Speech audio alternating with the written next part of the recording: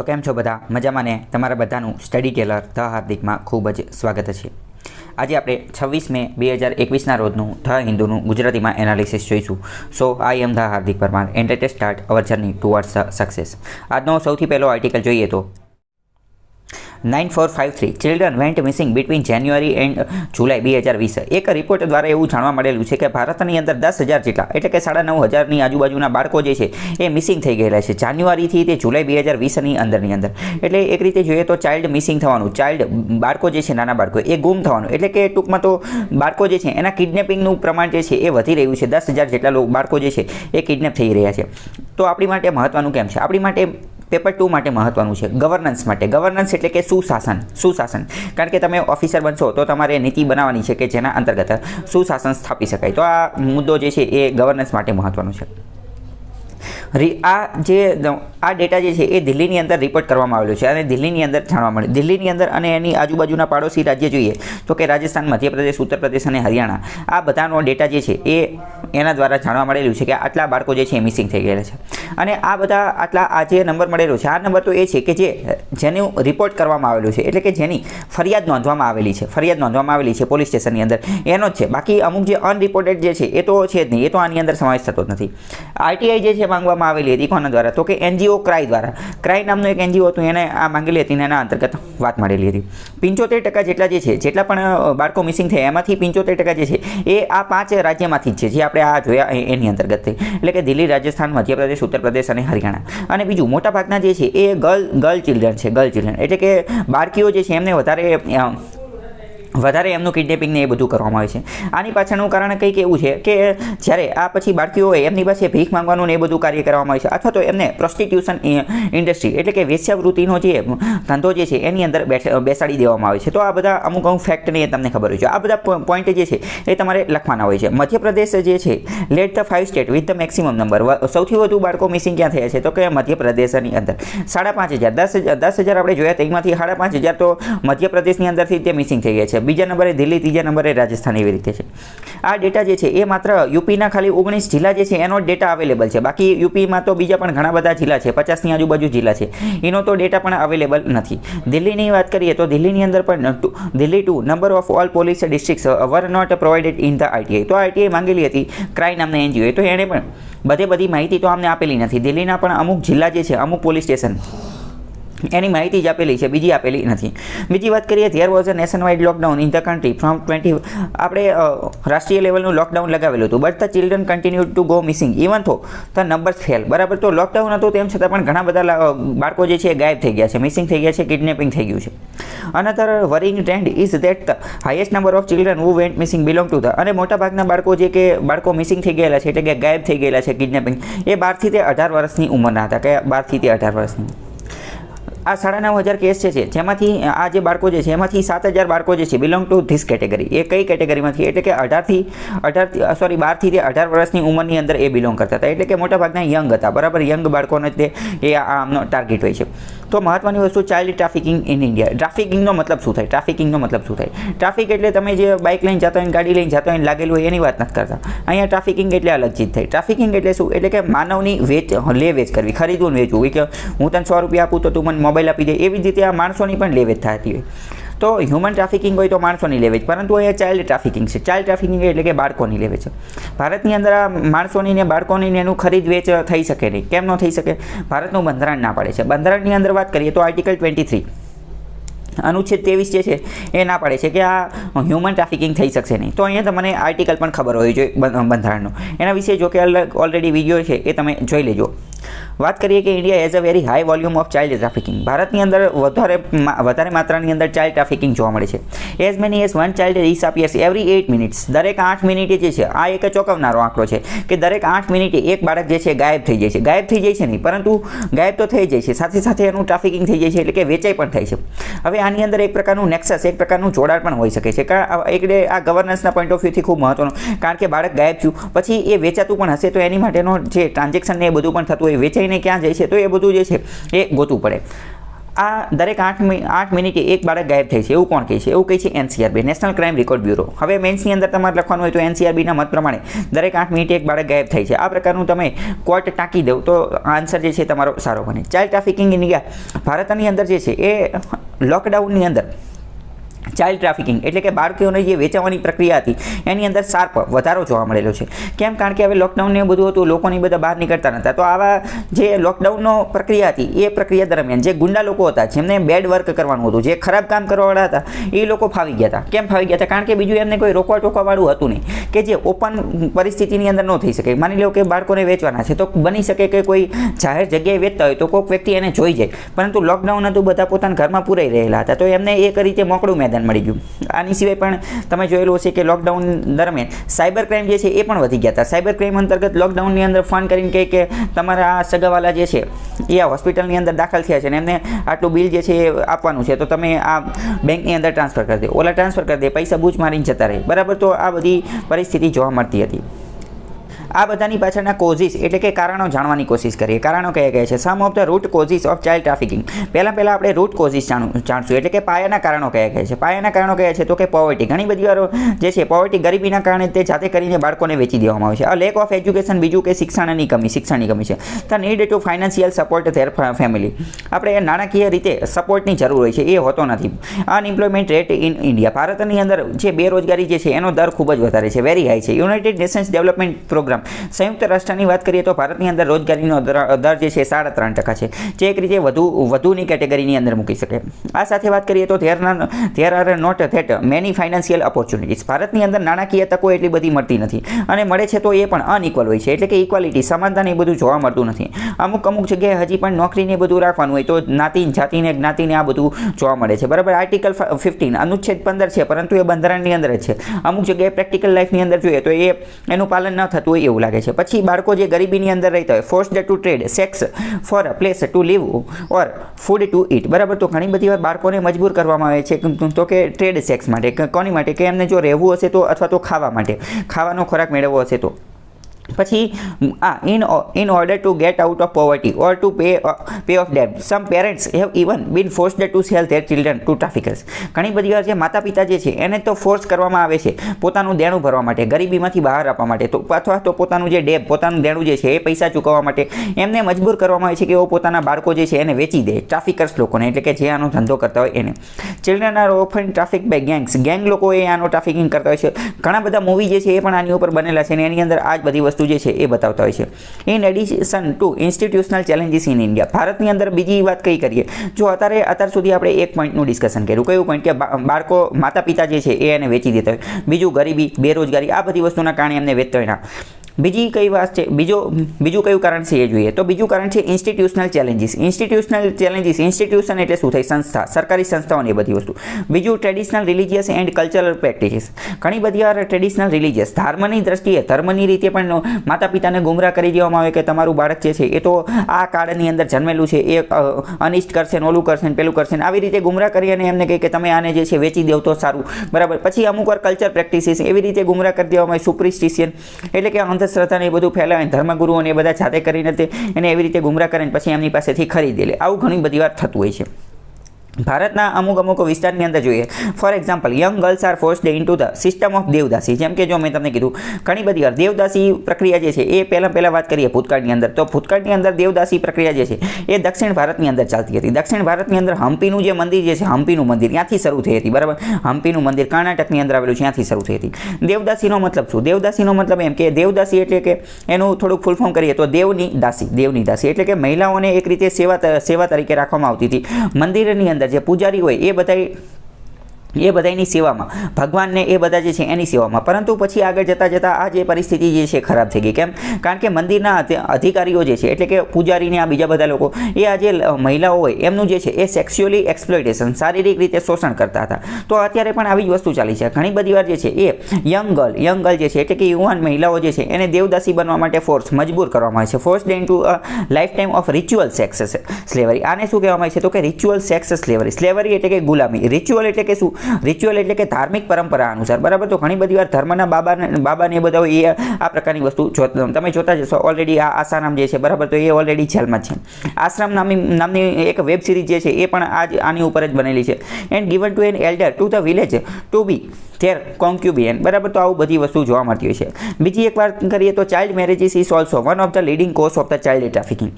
ઘણી બધી વાર નાના બાળકોના બાળ લગ્ન કરાવી દેવામાં આવે છે, એ પણ ચાઇલ્ડ ટ્રાફિકિંગનું એક કારણ છે, બરાબર. તો અલગ અલગ કારણ જે છે એ તમે લખી શકો છો. A lot of children have also been trafficked due to demand by tourist. ઘણી બધી વાર ટુરિસ્ટ લોકો જે છે એ પણ આવી ડિમાન્ડ કરતા હોય છે કે એમને બાળકો જોઈ છે ને એ બધી વસ્તુ, બરાબર. તો એના કારણે પણ આ બધાને વેચવામાં આવતો હોય છે. કારણ કે જો કોઈ પણ વસ્તુ વેચાય ક્યારે, ઇકોનોમીની દ્રષ્ટિએ જોઈએ, ઇકોનોમીની દ્રષ્ટિએ કોઈ પણ વસ્તુ વેચાશે ક્યારે, જ્યારે એની ડિમાન્ડ હશે ત્યારે, જ્યારે એની માંગ વધશે ત્યારે તો જ્યારે એની માંગ વધશે, ડિમાન્ડ થશે ત્યારે તો લોકો એને ખરીદશે, ત્યારે તો લોકો એને વેચશે ને. તો આ પણ એક વસ્તુ છે. પછી people will travel from countries where there are strict enforcement around child trafficking. તો ઘણા બધા લોકો જે છે અમુક દેશની અંદર ચાઇલ્ડ ટ્રાફિકિંગના જે મજબૂત નિયમો હોય તો પછી અહીંયાથી બીજી જગ્યાએ આવી જાય, ભારત જેવા દેશમાં કે જ્યાં ચાઇલ્ડ ટ્રાફિકિંગને એટલા બધા કડક નિયમો ન હોય, તો અહીંયા એને બાળકોનો વેપારને એ બધું કરતા હોય છે. અને મેં તમને કીધું કે મોટે ભાગે તો ચાઇલ્ડ પ્રોસ્ટિટ્યુશન એટલે કે વેશ્યાવૃત્તિ માટે આ બધાની માટે જે છે એ બાળકોની ખરીદ વેચને એ બધું કરવામાં આવતું હોય છે. બંધારણની અંદર વાત કરીએ તો મેં તમને કીધું કે આ જે હ્યુમન ટ્રાફિકિંગ જે છે એને આપણે એક રીતે ગુનો ગણેલો છે. અને ફંડામેન્ટલ રાઇટ ભાગ 3ની અંદર આર્ટિકલ 23 અનુચ્છેદ 23ની અંદર આને અટકાવેલું છે, આની ઉપર પ્રતિબંધ મૂકેલું છે, આ તમને ખબર હોય છે. બીજી વાત કરીએ તો ભારત સરકારે સંસદે આની માટે કાયદો પણ બનાવેલો છે. શું કાયદો બનાવેલો છે? તો કે the immoral traffic prevention act 1956 1956ની અંદર immoral traffic prevention act. Traffic એટલે પહેલાં જ કહી દીધું, ઓલા ટ્રાફિકની વાત નથી થતી, એટલે કે માણસની, બાળકોની એ બધાની લે વેચ નહીં કરવાની, એની માટેની વાત કરેલી હતી. બીજું આની અંદર એવું પણ કીધેલું છે કે કોઈ પણ વ્યક્તિ જે છે એનો પહેલાં તો ટ્રાફિક કરી જ નહીં શકાય, વેચી તો નહીં જ શકાય. એની સાથે સાથે કમર્શિયલ સેક્સ્યુઅલ એક્સપ્લોઇટેશન, કમર્શિયલ એટલે કે વેપારી ધોરણે એનું સેક્સ્યુઅલ એક્સપ્લોઇટેશન, શારીરિક રીતે એનું શોષણ પણ કરી શકાશે નહીં. 2013ની અંદર બીજો એક ક્રિમિનલ લો હતો, એની અંદર પણ સુધારો કર્યો અને કીધું come in to force wherein the section 370 આઈપીસીની જે 370 જે છે 370 નંબરની કલમ, એની સાથે સાથે 370 અને 370A આઈપીસીની એની અંદર શું આપેલું છે? Comprehensive measure to counter the menace of human trafficking including trafficking of children for exploitation in any form. 370 અને 370A ની અંદર શું આપેલું છે? તો કે જો કોઈ પણ વ્યક્તિ જે છે એ હ્યુમન ટ્રાફિકિંગ કરે છે, એટલે કે માણસની ખરીદ વેચ કરે છે, તો આવા વ્યક્તિ જે છે, આવા વ્યક્તિ એની સાથે કયા પગલાં લેવાના, એ પગલાં વિશે કોમ્પ્રિહેન્સિવ વેની અંદર એટલે કે વ્યાપક રીતે લખેલું છે કે એને આ સજા આપવાની, આવી રીતે આપવાની, એ બધી વસ્તુ આઈપીસી 370 અને 370A માં લખેલી છે. તો આ પણ તમારે લખવું પડે. બીજી વાત કરીએ તો 2012ની અંદર ભારત સરકાર દ્વારા પોક્સો એક્ટ પણ બનાવવામાં આવેલો છે. Protection of children from sexual offences. Offences એટલે કે ગુના, સેક્સ્યુઅલ ઓફેન્સીસ એટલે કે શારીરિક ગુના. શારીરિક ગુનાઓથી ચિલ્ડ્રન એટલે કે બાળકોને સંરક્ષણ આપવાનું છે, પ્રોટેક્શન આપવાનું છે. એની માટે 2012માં આ કાયદો બનાવવામાં આવેલો હતો, બરાબર. અને આ કાયદો જે છે એ ક્યારે અમલમાં આવેલો હતો? 14 નવેમ્બર 2012. 14 નવેમ્બરનું મહત્વ વધારે છે. કેમ? કારણ કે 14 નવેમ્બર 14 નવેમ્બર એ દિવસ છે કે જ્યારે આપણે ચિલ્ડ્રન ડે, બાળકોના દિવસ તરીકે ઉજવીએ છીએ, બરાબર. ત્યારે આ સ્પેશિયલ કાયદો જે છે એ લાવવામાં આવેલો હતો, જેના કારણે બાળકોને જે છે અટકાવી શકાય સેક્સ્યુઅલ એબ્યુઝથી, સેક્સ્યુઅલ એક્સપ્લોઇટેશનથી, બરાબર. ઘણી બધી વાર એવું પણ થતું હોય કે બાળકો હોય તો નાના બાળક હોય તો એનું ઘરની અંદર જ તે સેક્સ્યુઅલ એક્સપ્લોઇટેશન અથવા સેક્સ્યુઅલ એબ્યુઝ થતું હોય, બરાબર. નાનું બાળક હોય તો ઘણી બધી વાર ન્યૂઝમાં એ બધામાં જોતું હોય કે એના ફેમિલી મેમ્બર જે છે એના દ્વારા એનું એબ્યુઝ થતું હોય, મૂવીની એની બધાની અંદર પણ બતાવતા હોય છે. બીજી વાત કરીએ કે child labour prohibition and regulation act 1986, એની અંદર પણ કીધેલું છે કે બાળકો જે છે, નાના બાળકો, એને લેબર તરીકે, મજૂર તરીકે, શ્રમિક તરીકે રાખી શકાશે નહીં. ભારતના બંધારણની અંદર પણ આર્ટિકલ 24 એની અંદર કીધેલું છે કે બાળ મજૂરી અટકાવવાની છે. 6 થી 14 વર્ષના બાળકોને ભારે ઉદ્યોગોની અંદર કામ ધંધે રાખી શકાશે નહીં, એટલે કે પ્રોહિબિટ, પ્રતિબંધ મૂકેલો છે. આ કાયદો પણ બનાવેલો છે. બીજી વાત કરીએ તો આઈપીસીની સેક્શન 372 અને 373 એ કોની સાથે ડીલ કરે છે કે આ મહિલાઓ જે છે, ગર્લ, છોકરીઓ જે છે એના સેલિંગ અને બાઇંગ વિશે. એટલે કે એ જો કોઈ વ્યક્તિ જે છે એ પ્રોસ્ટિટ્યુશનના પર્પસ માટે એટલે કે વેશ્યાવૃત્તિના હેતુથી કોઈ પણ છોકરીની ખરીદ વેચ કરશે તો એને સજા આપવામાં આવશે. કઈ સજા આપવામાં આવશે? એ 372 373માં કીધેલું છે. કોની? તો કે આઈપીસીની. પછી વાત કરીએ એટીસી. એટીસી એટલે કે એન્ટી ટ્રાફિકિંગ સેલ. સેલ એટલે શું? એક પ્રકારનો ડિવિઝન પોલીસ સ્ટેશનની અંદર. આ સેલ જે છે એ ટેકનિકલ વર્ડ છે, બરાબર. તો તમે અમુક વાર ભણતા હોય તો અમુક ડિપાર્ટમેન્ટના અમુક ટેકનિકલ વર્ડ હોય એ તમારે યાદ રાખવા પડે. તો પોલીસ સ્ટેશનની અંદર જે છે એ અલગ અલગ સેલ જે છે, અલગ અલગ ડિપાર્ટમેન્ટ, અલગ અલગ ડિવિઝન, અલગ અલગ ગ્રુપ બનાવવામાં આવેલો હોય. તો એવું એક ગ્રુપ બનાવવામાં આવેલું છે 2006ની અંદર ગૃહ મંત્રાલય દ્વારા બનાવવામાં આવેલું હતું. કયું? તો કે એન્ટી ટ્રાફિકિંગ સેલ. આ જે સેલ, આ ડિપાર્ટમેન્ટ, આ ગ્રુપ જે છે એ પોલીસ સ્ટેશનની અંદર શું કાર્ય કરશે? તો કે આ નોડલ એટલે કે મહત્વનું કાર્ય કરશે કે જે માત્ર અને માત્ર એન્ટી ટ્રાફિકિંગ, જે બાળકોની ખરીદ વેચ ને બધું થતું હોય એને અટકાવવાનું કાર્ય કરશે. બરાબર. તો આ પણ મહત્વની વસ્તુ છે. બીજી વાત કરીએ, ભારત જે છે એણે અમુક આંતરરાષ્ટ્રીય કન્વેન્શન, આંતરરાષ્ટ્રીય સંમેલનો છે ટ્રાફિકિંગ વિશેના, એટલે કે લે વેચ વિશેના, એને પણ આપણે સાઇન કરેલા છે ને એ બધું. સંયુક્ત રાષ્ટ્રનું એક કન્વેન્શન હતું. ઇન્ડિયા હેઝ રેટિફાઈડ, ભારતે જે છે એ એને રેટિફાઈ કરી દીધું છે. કયું કન્વેન્શન હતું? તો UNCTOC, United Nations convention on transnational organised crime. ટ્રાન્સનેશનલનો મતલબ શું થાય? ટ્રાન્સનેશનલનો મતલબ શું થાય? એક દેશમાંથી બીજા દેશમાં થતા ગુનાઓ. ઓર્ગેનાઇઝ્ડ ક્રાઇમ, અમુક ક્રાઇમ જે છે એ ઓર્ગેનાઇઝ્ડ હોય. ઓર્ગેનાઇઝ્ડ એટલે કે પહેલેથી જ તેનું પ્લાનિંગ બનાવેલું હોય, પ્લાનિંગ કરેલું હોય, તો એ બધાને ઓર્ગેનાઇઝ્ડ ક્રાઇમ કહેવામાં આવે. બરાબર.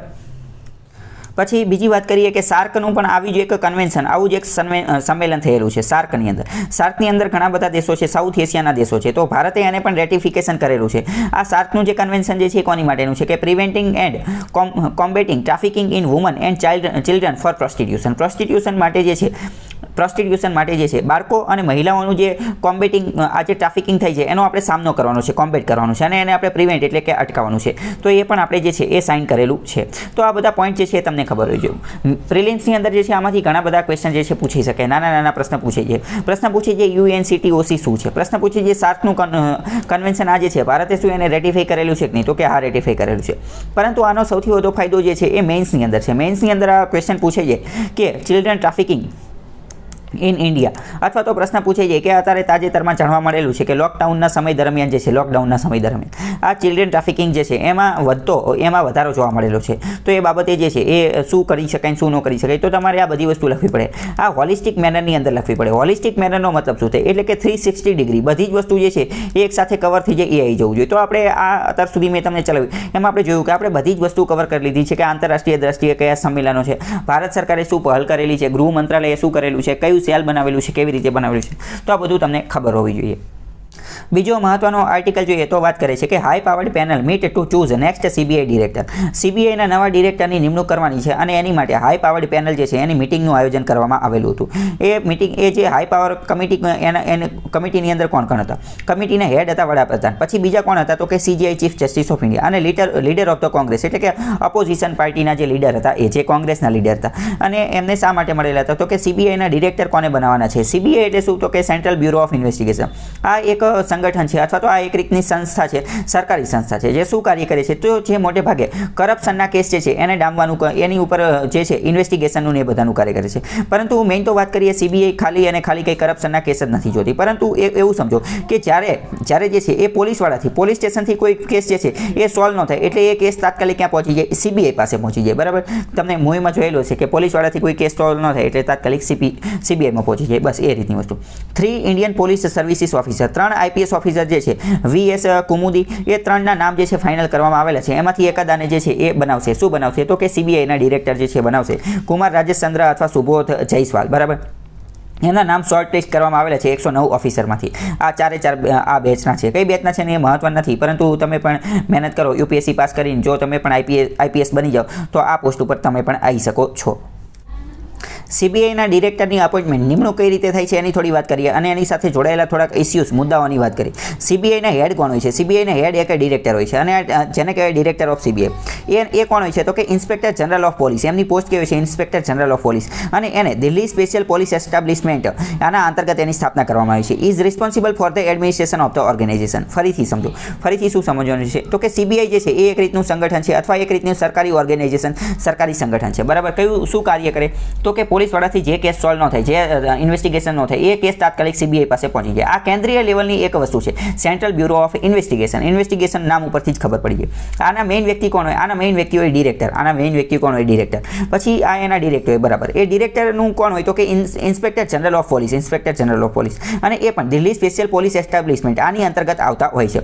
પરંતુ એવું જરૂરી નથી કે દિલ્હી સ્પેશિયલ પોલીસ એસ્ટાબ્લિશમેન્ટ આની અંદર વર્ક કરતો એ જ આવે, બીજાને પણ નિમણૂક કરી શકે છે. With the enactment of CVC act act 2003 CVC act 2003 ની અંદર આપણે બનાવ્યો. સીવીસી એટલે કે સેન્ટ્રલ વિજિલન્સ કમિશન 2003 ની અંદર આ એક્ટ બનાવ્યો. એના અંતર્ગત શું થઈ ગયું, superintendence of Delhi special police establishment vest with the central government to save investigations of offences under the prevention of corruption act, એટલે કે આની અંદર પણ કરપ્શન એ બધું ન થાય એને ધ્યાન લેવામાં આવ્યું. સીવીસી એક્ટ જે 2003માં બનાવવામાં આવેલો હતો એના અંતર્ગત સીબીઆઈના ડિરેક્ટર જે છે એમનો સમયગાળો કેટલો હોય છે, તો કે 2 વર્ષનો સમયગાળો હોય છે. એમને 2 વર્ષનો. લીગલ પ્રોવિઝન કાનૂની સહાયતા, કાનૂનની અંદર શું લખેલું છે કાયદામાં, તો એ વાત કરી. Director of CBI is appointed as per the section 4A of the Delhi special police establishment act 1946 નો એક કાયદો છે Delhi special police establishment act. એનો સેક્શન 4A જે છે એના અનુસાર આ સીબીઆઈ જે છે એના ડિરેક્ટરની નિમણૂક થઈ છે. સીબીઆઈની સ્થાપના જે છે એ પણ આ Delhi special police establishment act જે છે એના આધારે થયેલી છે. પહેલાં જે છે દિલ્હી સ્પેશિયલ પોલીસ એસ્ટાબ્લિશમેન્ટ એ નામની એક વસ્તુ હતી, એ જે એને જ અપડેટ કરી અને શું કરી નાખ્યું, એને જ અપડેટ કરી અને સીબીઆઈ બનાવી નાખી. બરાબર. લોકપાલ અને લોકાયુક્ત એક્ટ જે 2013માં બનાવવામાં આવેલા હતા એની અંદર પણ સુધારો કર્યો અને શું કર્યું કે Delhi special police establishment act and made the following changes with નીચેના સુધારા જે કર્યા કોની માટે, તો કે સીબીઆઈના ડિરેક્ટરની નિમણૂક કરવા માટે. પહેલાં તો શું કીધું કે કેન્દ્ર સરકાર જે છે એ એક ડિરેક્ટર જે છે સીબીઆઈના ડિરેક્ટર એની નિમણૂક કરશે, પરંતુ કેન્દ્ર સરકાર આની નિમણૂક કઈ રીતે કરશે, કેન્દ્ર સરકાર આની નિમણૂક જે છે એ 3 સભ્યોની કમિટી જે છે એને સલાહ આપશે પછી કરશે. એ 3 સભ્યો કોણ હશે, 3 સભ્યોની, એક તો વડાપ્રધાન, એક તો લોકસભામાં વિરોધ પક્ષના નેતા અને એક તો સીજીઆઈ. સીબીઆઈની ઓટોનોમી વિશે વાત કરીએ. ઓટોનોમી એટલે કે સ્વાયત્તતા. સીબીઆઈ કેટલું સ્વતંત્ર છે એની વાત કરીએ તો એ કંઈ એટલું બધું સ્વતંત્ર છે નહીં. બરાબર. ઘણી બધી વાર આ મુદ્દો જે છે વારંવાર આવતો હોય છે કે સીબીઆઈ જે છે એ કોઈ સ્વતંત્ર છે નહીં, પરંતુ જે કેન્દ્ર સરકાર અથવા પોલિટિશિયન લોકોના ઇશારા ઉપર કામ કરતું હોય છે એવું પણ માનવામાં આવે છે. અહીંયા વાત કરીએ તો ઘણી બધી દ્રષ્ટિએ જોઈએ તો એ ગૃહ મંત્રાલય ઉપર ડિપેન્ડન્ટ છે. લો મિનિસ્ટ્રી કાયદા મંત્રી અંતર્ગત પણ એ ડિપેન્ડન્ટ છે. બરાબર. લો મિનિસ્ટ્રી અને આ હોમ મિનિસ્ટ્રી અને લો મિનિસ્ટ્રી એ બંનેની નીચે રહી અને કાર્ય કરે છે. કોણ, તો કે સીબીઆઈ. પછી આની અંદર મોટાભાગના આઈપીએસ ઓફિસર જે છે એના દ્વારા ચલાવવામાં આવતું હોય છે કે જે આ જે પોલિટિકલ લોકો હોય એના અંતર્ગત કાર્ય કરતા હોય છે. બીજી વાત કરીએ કે જો આ સીબીઆઈ જે છે એને કોઈ રાજ્ય સરકારની અંદર રાજ્યની અંદર ઇન્વેસ્ટિગેશન માટે જવું છે તો એ આપણે વાત થયેલી છે કે તો એને રાજ્ય પાસે પરમિશન લેવી પડે. આપણે 2 દિવસ પહેલાં જ વાત થયેલી હતી કે સ્પેશિયલ કન્સેન્ટ અને જનરલ કન્સેન્ટ લેવી પડે, તો મતલબ કે રાજ્ય સરકાર ઉપર પણ એ ડિપેન્ડન્ટ છે. એટલે એમને એટલી બધી કોઈ સ્વતંત્રતા ને એ બધું મળેલું નથી. કન્સેન્ટની આપણે ગઈકાલે વાત થયેલી હતી. સુપ્રીમ કોર્ટે સીબીઆઈની ઓટોનોમી વિશે શું કીધું હતું, તો એમને એક લેન્ડમાર્ક જજમેન્ટ આપેલું હતું. સુપ્રીમ કોર્ટે કહ્યું હતું કે વિનીત નારાયણનો કેસ. પ્રશ્ન પૂછે જે વિનીત નારાયણનો કેસ કોની સાથે સંબંધિત છે, તો 1997માં કીધેલું હતું અમુક સેવરલ સ્ટેપ્સ, અમુક પગલાં સુઝાવેલા હતા. કોણે, સુપ્રીમ કોર્ટે, કે જેનાથી આપણે એ ચકાસણી કરી શકીએ સિક્યોર ધ ઓટોનોમી ઓફ સીબીઆઈ, કે સીબીઆઈ જે છે એની ઓટોનોમી જળવાઈ શકે એની માટે. Limited ઓટોનોમી was granted steel the administration. આ ચુકાદો આપી દીધો તેમ છતાં પણ હજી સુધી સીબીઆઈને ખાલી લિમિટેડ ઓટોનોમી જે છે એ જ આપવામાં આવેલી છે. હજી પણ એનું એડમિનિસ્ટ્રેટિવ એટલે કે વહીવટ અને ફાઇનાન્શિયલ કંટ્રોલ જે છે એ મિનિસ્ટ્રી ઓફ પર્સોનલ અંતર્ગત જ આવે છે. બરાબર. અને thus the government can directly control the CBI, એટલે જે છે એ સીબીઆઈને સરકાર તાત્કાલિક જ કંટ્રોલ કરી શકે છે. પહેલાં એક વસ્તુ સમજો મહત્વની. ગમે ત્યારે તમને પૂછે કે કોઈ પણ સંસ્થા જે છે કોઈ પણ સંસ્થા એને ઓટોનોમસ બનાવવી હોય તો શું કરવું પડે. કોઈ પણ સંસ્થા ઓટોનોમસ ત્યારે જ બની શકે જ્યારે એ આર્થિક દ્રષ્ટિએ આત્મનિર્ભર હોય, એટલે કે પૈસા ટકાની દ્રષ્ટિએ જે છે એ આત્મનિર્ભર હોય. તમે એક વસ્તુ સમજો, બંધારણની અંદર જેટલી પણ પોસ્ટ છે, જેટલી પણ પોસ્ટની અંદર એવું લખેલું હશે કે આ વ્યક્તિ જે છે આ વ્યક્તિને પૈસા કોન્સોલિડેટેડ ફંડ ઓફ ઇન્ડિયા એટલે કે સંચિત નિધિમાંથી મળશે, અને સંચિત નિધિમાંથી મળતા પૈસા એ પણ એની ઉપર વોટિંગ નહીં કરી શકાય એવા હશે. બરાબર. એટલે કે ચાર્જડ એક્સપેન્ડિચર હશે, એટલે કે એવો ખર્ચો કે જે સંચિત નિધિમાંથી પૈસા કાઢવાના છે પરંતુ એની ઉપર સંસદે મતદાન કરવાનું નથી. તો એ પોસ્ટ જે છે હંમેશા કેવી હશે, પાવરફુલ હશે. પહેલું. બીજું કેવું હશે, એ પાવરફુલ હશે અને એ ઓટોનોમસ હશે, સ્વાયત્ત હશે. જ્યારે પણ કોઈ પણ સંસ્થા હશે એને જે પગાર જે છે પગાર એ સરકાર દ્વારા મળતો હશે તો સમજો કે એ ઓટોનોમસ રહી શકશે નહીં. તો અહીંયા તમે જોઈ શકો છો કે સીબીઆઈ નાણાકીય દ્રષ્ટિએ જે છે નાણાકીય દ્રષ્ટિએ એ ઓટોનોમસ છે નહીં. એને પગાર ને બધું ક્યાંથી મળે છે, એના ફાઇનાન્શિયલ અને એડમિનિસ્ટ્રેટિવ એ કોના અંતર્ગત, એનો વહીવટ અને નાણાકીય બાબતો જે છે એ મિનિસ્ટ્રી ઓફ પર્સોનલ એના અંતર્ગત આવે છે. બીજી વાત કરીએ એનું બીજું એડમિનિસ્ટ્રેશન એ બધું જોઈએ તો હોમ મિનિસ્ટ્રી ગૃહ મંત્રાલય અંતર્ગત આવે છે. બીજી એના નિમણૂકની ને બધાની તો એ લો મિનિસ્ટ્રી કાયદા મંત્રાલય જે છે એના અંતર્ગત આવે છે. એટલે એટલું બધું ઓટોનોમસ છે નહીં. ટૂંકમાં તમારે મહત્વની વસ્તુ શું યાદ રાખવાની છે, કોઈ પણ તમને પૂછે કે કોઈ પણ ઓટોનોમસ સ્વાયત્તતા કઈ રીતે થઈ છે, તો સ્વાયત્ત બનવાનું પહેલું કાર્ય શું છે કે આ જે પૈસા ટકાની દ્રષ્ટિએ, પૈસાની દ્રષ્ટિએ નાણાકીય બાબતે જે છે એ આત્મનિર્ભર હોવો જોઈએ. એટલે કે નાણાકીય બાબતે કાયદાની અંદર જ એવું લખી નાખવું જોઈએ કે નાણાકીય બાબતે જે છે એ આ સંસ્થા એને આત્મનિર્ભર બનાવવામાં આવશે. બરાબર. સુપ્રીમ કોર્ટે પણ ઘણી બધી વાર કીધું છે કે સીબીઆઈ શું છે, એ કેચ ધ પેરોટ, એટલે કે સીબીઆઈ જે છે એ એક રીતનો એવો પોપટ છે કે જે પિંજરામાં પૂરાઈ ગયેલો છે, બરાબર. પિંજરામાં પૂરાયેલો પોપટ છે. કોના પિંજરામાં? તો કે પોલિટિશિયન લોકોના, રાજનેતાઓના પિંજરાની અંદર પૂરાયેલું એક વસ્તુ છે. Corruption and politically biased. CBI ઘણી બધી એમાં કરપ્શન એ બધું જોવા મળે છે. પોલિટિકલ બાયસ્ડ, એમનો ચુકાદો જે છે એ પોલિટિકલી રીતે બાયસ્ડ હોય છે. એક્યુઝડ ઓફ બીકમિંગ હેન્ડમેડન, એટલે કે પોલિટિશિયનના લોકોની આગળ પાછળ કાર્ય કરે છે એ સમજવાનું. બીજી વાત કરીએ તો અલગ અલગ ભલામણ આવેલી છે કે આ સીબીઆઈ જે છે એનો ઓટોનોમસ કઈ રીતે, આ મતલબ કે આ બધું જે ખામી રહેલી છે, ફ્લોસ જે ખામી રહી છે, તો એ ખામીને કઈ રીતે સુધારી શકાય. અત્યાર સુધી આપણે જોઈ ફરિયાદ કરી બધી કે આવું છે ને ઓલું છે ને પેલું છે, તો સુધારી કઈ રીતે શકાય. 2007ની અંદર બીજા નંબરનો એઆરસી આવેલો હતો. એઆરસી એટલે કે એડમિનિસ્ટ્રેટિવ રિફોર્મ કમિશન. વહીવટી દ્રષ્ટિએ સુધારા કરવા માટેનું એક કમિશન બનાવવામાં આવેલું હતું. એડમિનિસ્ટ્રેટિવ રિફોર્મ કમિશન ટોટલ 3 આવેલા હતા. એમાંથી બીજા નંબરનું જે આવેલું હતું 2007ની અંદર, એને કીધેલું હતું that a new law should be enacted to govern the working of the CBI, બરાબર. એટલે કે સીબીઆઈના વહીવટ માટે જે છે એ નવો કાયદો બનાવવો જોઈએ. અત્યારે સીબીઆઈનો વહીવટ કઈ રીતે થાય છે? આપણે પહેલાં જોયું special Delhi police special establishment act જે છે એના અનુસાર થાય છે. તો એક નવો કાયદો બનાવવો જોઈએ એવું કીધું હતું સેકન્ડ એઆરસીએ. પછી પાર્લામેન્ટરી સ્ટેન્ડિંગ કમિટી 2007ની અંદર બનાવવામાં આવેલી હતી. એણે એવી ભલામણ કરેલી હતી કે separate act should be prolonged in tune with requirement with time to time ensure credibility and impartiality. એમને પણ એવું જ કીધું કે નવો કાયદો બનાવવો જોઈએ અને નવા કાયદા અંતર્ગત સીબીઆઈની સ્થાપના કરવી જોઈએ. અને આ નવો કાયદો જે છે એને પણ સમયાંતરે ચેક કરવો જોઈએ અને નવો કાયદાની અંદર ક્રેડિબિલિટી જે છે એ જળવાઈ રહે અને ઇમ્પાર્શિયાલિટીનો મતલબ શું થાય? નિષ્પક્ષતા જળવાઈ રહે એવી કોશિશ કરવી જોઈએ. 19મો અને 24મો રિપોર્ટ આવેલો હતો પાર્લામેન્ટરી સ્ટેન્ડિંગ કમિટીનો 2007ની અંદર અને 2008ની અંદર. એમને શું ભલામણ કરેલી હતી? એમને એવી ભલામણ કરેલી હતી કે strengthen the CBI in terms of legal mandate. કાયદાકીય દ્રષ્ટિએ એ સીબીઆઈને મજબૂત બનાવો. સીબીઆઈનું ઇન્ફ્રાસ્ટ્રક્ચર મજબૂત બનાવો. સીબીઆઈને જે રિસોર્સિસ એટલે કે જે સંસાધનો મળે છે એની અંદર એને મજબૂત બનાવો. મેં તો તમને પહેલાં જ કીધું કે રિસોર્સિસ મજબૂત ક્યારે બનશે? જ્યારે ફાઇનાન્શિયલ નાણાકીય દ્રષ્ટિએ પૈસા ટકાની દ્રષ્ટિએ મજબૂત હશે ત્યારે, બરાબર. તો અલગ અલગ વ્યક્તિઓએ કીધેલું છે. ટૂંકમાં બેનું તો યાદ રાખવાનું છે. ટૂંકમાં ગમે ત્યારે તમારે લખવાનું હોય તો આ તો તમારે લખવાનું છે કે નવા કાયદા દ્વારા એનું સંચાલન થવું જોઈએ. કોનું? સીબીઆઈનું નવા કાયદા અનુસાર. એવું કોણ? સેકન્ડ એઆરસીએ કીધેલું છે અને પાર્લામેન્ટરી સ્ટેન્ડિંગ કમિટીએ પણ કીધેલું છે. આની સિવાય besides appointing the head of the CBI through a collegium as recommended by the Lokpal act. Lokpal એક્ટની અંદર એવું કીધેલું છે કે સીબીઆઈનું જે નિમણૂક જે છે એ પણ કોલેજિયમ જેવી રીતે થવી જોઈએ. સુપ્રીમ કોર્ટના બધા જજની નિમણૂક કોણ કરે છે? તો કે કોલેજિયમ કરે છે. તો એવી જ કંઈક પરિસ્થિતિ જે છે એ આની અંદર પણ લાવવી જોઈએ, બરાબર. એટલે કે સીબીઆઈના લોકો જે છે એ જ અંદર એની નિમણૂક કરી નાખે. સરકાર અત્યારે જે નિમણૂક કરે છે એ નહીં, કારણ કે સરકાર નિમણૂક કરે તો ઘણી બધી વાર એવું થઈ શકે કે સરકાર જેની નિમણૂક કરે તો પછી એ એના પક્ષમાં કામ કરશે. કોલેજિયમ સિસ્ટમ લાવવી જોઈએ એવી વાત ચાલે છે. બીજું, સરકારે કંઈક કરવું જોઈએ કે જેના કારણે સીબીઆઈ ફાઇનાન્શિયલ ઓટોનોમી, નાણાકીય દ્રષ્ટિએ એની ઓટોનોમી મળી જાય. પછી વાત કરીએ, it is also possible to consider granting the CBI and other federal investigation agency the kind of autonomy that the સીએજીને જેવી રીતે ઓટોનોમી આપવામાં આવેલી છે એ પ્રકારની થોડી ઘણી ઓટોનોમી આમને પણ આપી શકાય. બીજું એક મહત્વનું કાર્ય તમારે એ યાદ રાખવું. બીજું શું કરવું જોઈએ? અત્યારે આપણે જોયું કે આજે સીબીઆઈની અંદર કોની નિમણૂક થઈ? તો સીબીઆઈની અંદર નિમણૂક કોની થઈ? તો કે જે આઈપીએસ ઓફિસર હોય એની નિમણૂક થાય, આઈપીએસ ઓફિસર. પરંતુ એક બીજું શું કાર્ય કરી શકાય? સીબીઆઈની અંદર નિમણૂક થવા માટે એક અલગ જ ઓફિસરની કેડર બનાવી શકાય, બરાબર. એટલે કે એવા ઓફિસરની નિમણૂક અલગથી જ કરવાની કે જે સ્પેશિયલ સીબીઆઈ માટે જ બનાવવામાં આવેલો હોય. અત્યારે તો શું કરે છે? તો અત્યારે મેં તમને કીધું કે આઈપીએસ જે હોય, ઇન્ડિયન પોલીસ સર્વિસના જે ઓફિસર હોય એની ડાયરેક્ટ આમાં નિમણૂક કરે છે, પરંતુ એની બદલે એક અલગ જ ઓફિસરની કેડર બનાવી શકાય છે. Parliamentary oversight over the federal criminal and intelligence offices, આ બધાનો પણ ઉપયોગ કરી શકાય છે. બીજો મહત્વનો આર્ટિકલ જોઈએ તો ઇકોનોમી સાથે જોડાયેલો છે. વાત કરે છે કે ભારતની અંદર એફડીઆઈનો ફ્લો જે છે એ $81 બિલિયન પણ ક્રોસ કરી ચૂક્યો છે. એટલે કે નાણાકીય વર્ષ 2021ની અંદર જોઈએ તો એફડીઆઈ 81 બિલિયન કરતાં પણ વધારે આવેલી છે, $81 બિલિયન કરતાં પણ વધારે આવેલી છે. આપણે ઘણી બધી વાર વાત કરેલી છે શું કે એફડીઆઈ જે છે એ જે પણ દેશની અંદર વધુને વધુ એફડીઆઈ આવી જોઈએ. એફડીઆઈ એટલે શું? વિદેશમાંથી આવતું રોકાણ. વિશ્વની અંદર સૌથી વધુ રોકાણ કયા દેશની અંદર આવે છે? તો સૌથી વધુ રોકાણ અમેરિકાની અંદર આવે છે, બરાબર. અમેરિકાની અંદર. તમને એવું લાગતું હશે અમેરિકા આટલો મોટો દેશ છે, અમેરિકાના લોકો બીજે બધે રોકાણ કરતા હોય તો અમેરિકામાં એટલું બધું? તો કે આ અમેરિકાની અંદર પણ એટલું બધું રોકાણ આવે છે. ભારતના, યુરોપના, ચાઇનાના, રશિયાના ઘણા બધા દેશની જે કંપનીવાળા જે છે એ અમેરિકાની અંદર રોકાણ કરતા હોય છે. કેમ? કારણ કે અમેરિકા એક સારો એવો દેશ છે. અમેરિકા એમને વાતાવરણ પૂરું પાડે છે. કેવું વાતાવરણ પૂરું પાડે છે? તો કે વેપાર કરવાનું, બિઝનેસ કરવાનું, ધંધો કરવાનું.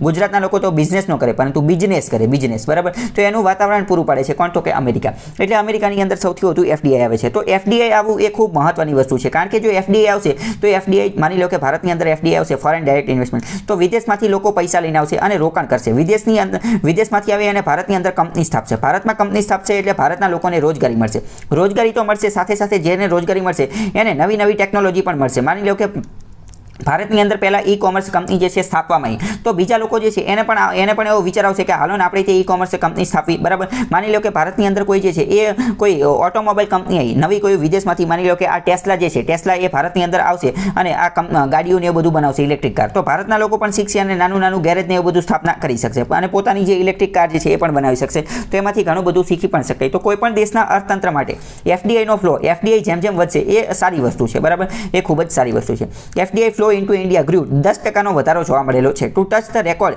$81 બિલિયન રેકોર્ડ બનાવી દીધો છે. એ with FDI equity inflow rising 19% utmost $60 billion, એટલે કે ટૂંકમાં જો $81 બિલિયન એક આ આંકડો યાદ રાખવાનો છે અને 10% વધારો થયો એ તમારે યાદ રાખવાનું છે. ટોપ 3 ઇન્વેસ્ટર ભારતની અંદર એફડીઆઈ વહીતું, બરાબર. એ વસ્તુ તો આપણે જોઈ લીધું, પરંતુ ભારતની અંદર વિદેશમાંથી કયા દેશોએ રોકાણ કર્યું? તો સિંગાપોર જે છે, સિંગાપોર એણે સૌથી વધુ ભારતની અંદર રોકાણ કર્યું છે.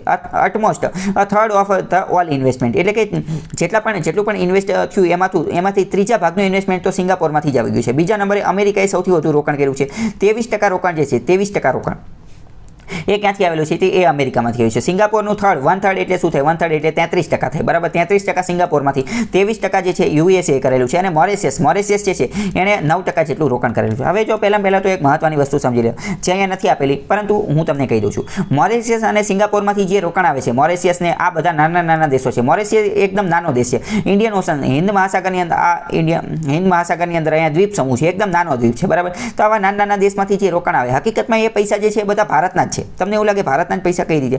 હવે ભારતની અંદર જ જે બ્લેક મની હોય, ભારતની અંદર જ જે બ્લેક મની એટલે શું? એવા પૈસા કે જેનું કોઈ ટેક્સ ભરેલો નથી, છુપાઈને રાખેલા છે, ચોરી છુપીથી રાખેલા છે, બરાબર. તો આ બ્લેક મની જે છે એ ભારતમાંથી પહેલાં મોરેશિયસમાં જાય છે. કઈ રીતે? તો કે હવાલાના માધ્યમથી. હવાલો શું છે એ કદાચ વિડીયોમાં સમજાવેલું છે, બરાબર. હવાલાના માધ્યમથી મોરેશિયસમાં જાય અને મોરેશિયસમાંથી તે જ બધા પૈસા ફરીથી ભારતની અંદર એફડીઆઈના માધ્યમથી આવે છે. ટૂંકમાં મોરેશિયસમાંથી, સિંગાપોરમાંથી નાના દેશમાં જે પૈસા આવે એ તો હકીકતમાં ભારતના જ હોય છે, બરાબર. એ પણ એ નેગેટિવ પોઈન્ટ છે. અત્યારે તો આપણે એફડીઆઈની વાત કરીએ છીએ, તો અત્યારે એની વાત કરીએ. બાકી ટૂંકમાં અહીંથી આવે છે એ તમને ખબર હોય છે. શાર્પ ગ્રોથ, થોડોક વધારો જોવા મળેલો છે. આપણે એ તો જોઈ લીધું કે કયા દેશમાંથી એફડીઆઈ આવે છે, પરંતુ ભારતની અંદર આવે તો ભારતની અંદર કઈ જગ્યાએ રોકાણ કરે છે? ભારતની અંદર સૌથી વધુ રોકાણ જે છે એ ગુજરાતની અંદર આવેલું છે. ગુજરાત આમે જે પહેલેથી બિઝનેસ કરવાની અંદર તો ખૂબ આગળ રહેલું છે. 37% રોકાણ જે છે એ ગુજરાતની અંદર આવેલું છે. અને આમે જે ગુજરાત ઘણા બધા કાર્યક્રમો પણ કરે છે. જેમ કે આપણે વાત કરીએ કે વાઇબ્રન્ટ ગુજરાત, તો વાઇબ્રન્ટ ગુજરાત કોની માટે છે? એ એની માટે છે કે વિદેશના લોકો અહીંયા આવે અને આપણે એમને બધું બટકાઈ દેવી, એટલે કે આપણે એમને એવી સારી તકો આપીને એની હારી વાતો કરવી, એટલે કે એના કારણે એ રાજી થઈ જાય અને ગુજરાતની અંદર કંપની નાખી દે. ગુજરાતની અંદર કંપની નાખશે તો ગુજરાતના લોકોને રોજગારીને એ બધું મળશે, બરાબર. તો એફડીઆઈ ડેસ્ટિનેશન સૌથી સારામાં સારું કયું છે? ગુજરાત. તો આ પણ તમને ખબર હોય છે. પછી વાત કરીએ કર્ણાટક એકાઉન્ટેડ ફોર અનધર 13%. પછી આગળ વાત કરીએ તો જો પહેલા નંબરે ગુજરાતની અંદર સૌથી વધુ આવ્યું, પછી મહારાષ્ટ્રની અંદર પણ ઘણું બધું રોકાણ આવેલું છે, પછી કર્ણાટકની અંદર. એટલે ટૂંકમાં જોઈએ તો ગુજરાત, મહારાષ્ટ્ર ને કર્ણાટકની અંદર રોકાણ જે છે વધુ આવેલું છે. અહીંયા તમે એક બીજી વસ્તુ પણ રિલેટ કરી શકશો કે આ જેટલી પણ જગ્યાએ રોકાણ આવેલું છે એમાંના ત્રણ રાજ્ય જે છે એ કેવા છે કે દરિયા કિનારો ધરાવતા રાજ્ય છે. આની પહેલાં ઘણી બધી વાર વાત થયેલી છે કે જે કોઈ પણ રાજ્ય દરિયા કિનારો ધરાવતું હશે તો સમજો કે ટ્રેડની અંદર, ટ્રેડ એટલે કે વેપારની અંદર એ જે છે એ આગળ જશે. કેમ? કારણ કે દરિયો હશે તો દરિયા કિનારે ફટાફટ સમુદ્રના માધ્યમથી, સમુદ્ર માર્ગના માધ્યમથી, સ્ટીમરને, જહાજને એના માધ્યમથી ટ્રેડ, વેપાર જે છે એ હંમેશા ફૂલ્યો રહેશે. ફટાફટ બધો માલ સામાન એ બધું મોકલી શકાશે, બરાબર. એટલે દરિયો હોય એ એક રીતે ગોડ ગિફ્ટ છે, એ સારી વસ્તુ કહી શકાય. બીજી વાત કરીએ, computer software and hardware has emerged as a top sector. સૌથી વધુ એફડીઆઈ કમ્પ્યુટર સોફ્ટવેરની અંદર અને હાર્ડવેરની અંદર આવેલું છે. 44% એફડીઆઈ જે આવેલું એ તો એની અંદર જ આવેલું છે. પછી બીજું કન્સ્ટ્રક્શન, ઇન્ફ્રાસ્ટ્રક્ચરની એ બધાની અંદર પણ આવેલું છે. સર્વિસ સેક્ટર, સેવા વિભાગ જે છે એની અંદર પણ આ એફડીઆઈને બધું આવેલું છે. બીજી વાત કરીએ તો ભારતે એફડીઆઈ માટે એક પોલિસી પણ બનાવેલી છે. જેટલી પણ પોલિસી બનાવેલી છે મેઇન્સ એક્ઝામ માટે એ બધી જ પોલિસી મહત્વની છે. કારણ કે મેઇન્સની અંદર તમે ગમે ત્યારે આન્સર લખતા હોય તો અને જો એ રીતનો ક્વેશ્ચન જે રીતે પૂછાયેલો હોય અને એની અંદર એનો ઉલ્લેખ થતો હોય તો તમારે એ પોલિસીનો હંમેશા ઉલ્લેખ કરવો જ પડે. તમે ખાલી એ પોલિસીનો ઉલ્લેખ કરી નાખશો, તમારો 1 માર્ક જે છે ઓટોમેટિક વધી જશે. ફોર એક્ઝામ્પલ તમે વાત કરો છો કે એગ્રીકલ્ચર સેક્ટરની વાત કરો છો અને તમે ઉલ્લેખ કરી નાખો કે ભારત સરકારે એગ્રી એક્સપોર્ટ પોલિસી બનાવેલી છે, એના અનુસાર આપણે આવું કરવાનું છે, બરાબર. હા, તો એવી રીતે એફડીઆઈની વાત થતી હોય અને તમે લખી નાખો કે ભારતે એફડીઆઈ પોલિસી બનાવેલી છે, એના અંતર્ગત આપણે આવું નક્કી કરેલું છે, બરાબર. તો પોલિસી અતિ મહત્વની છે. મેઇન્સની અંદર તમે ખાલી એનું નામ લખી નાખશો ને તમને ઘણો ફાયદો થઈ જશે. તો 2017ની અંદર આપણે એફડીઆઈ પોલિસી હતી એની અંદર અમેન્ડમેન્ટ, સુધારો પણ કરેલો છે. શું સુધારો કર્યો? આપણે એફડીઆઈ પોલિસીની અંદર સુધારો કરી અને આપણે એવું લખી નાખ્યું સોરી 2017ની તો મૂળ પોલિસી છે, 2019ની અંદર સુધારો કર્યો. 2019ની અંદર સુધારો કરીને એવું કીધું કે હવે ઓટોમેટિક રૂટથી આ જે કોલ ઇન્ડસ્ટ્રી જે છે, કોલ માઇનિંગ એક્ટિવિટી એટલે કે કોલસા માટેની જે ખાણ છે, જે કોલસા માટેની ખાણની પ્રક્રિયા એની અંદર 100% ઓટોમેટિક રૂટથી જે છે એફડીઆઈ આવી શકશે. એટલે કે વિદેશમાંથી પણ કંપની આવી અને ભારતની અંદર રોકાણ કરી શકશે 100% ગવર્મેન્ટ ઓટોમેટિક રૂટથી. એટલે કે કોઈને પૂછવા નેમ મતે 100%. કઈ બાબતની અંદર? તો કે કોલસાની માઇનિંગ એક્ટિવિટી, માઇનિંગ એટલે કે ખાણ ઉદ્યોગની અંદર. પછી અમુક જગ્યાએ સરકારે જે છે એફડીઆઈની લિમિટ વધારેલી છે. જેમ કે થોડા સમય પહેલા આપણે વાત કરેલી હતી કે પહેલા ઇન્સ્યોરન્સ સેક્ટરની અંદર 49% હતું, જે વધારી અને 74% કરેલું લખેલું છે, બરાબર. તો આ બધી વસ્તુ પણ છે. તો government permitted 26% in the digital sector. સરકારે ડિજિટલ સેવાઓની અંદર પણ 26% એફડીઆઈની પરમિશન જે છે એ આપેલું છે. તો આ ઘણા બધા સ્ટેપ ભારત સરકારે લીધેલા છે, જેના કારણે એફડીઆઈ વધેલી છે. પ્રશ્ન જો એ પણ પૂછે છે, શું પૂછે છે કે ભારતની અંદર અત્યારે આપણે જોયું કે એફડીઆઈમાં વધારો થયેલો છે, 10% જેટલો વધારો. તો આની પાછળના કારણો કયા છે? તો કારણોની અંદર તમારે લખવું પડે કે આપણે આજે પોલિસી બનાવેલી છે એ, બરાબર. બીજું એ કે આપણે આજે અમુક એફડીઆઈ માટેના ઓટોમેટિક રૂટથી 100% કરી નાખ્યું એ. પછી આ ડિજિટલ સેક્ટરની અંદર 26% કર્યું. તો આ બધા કારણો તમારે લખવા પડે. તો હવે આજ માટે આટલું રાખીએ. બાકી કાલે મુલાકાત થશે. ત્યાં સુધી જોડાયેલા રહો સ્ટડી ટેલર ધ હાર્દિક સાથે.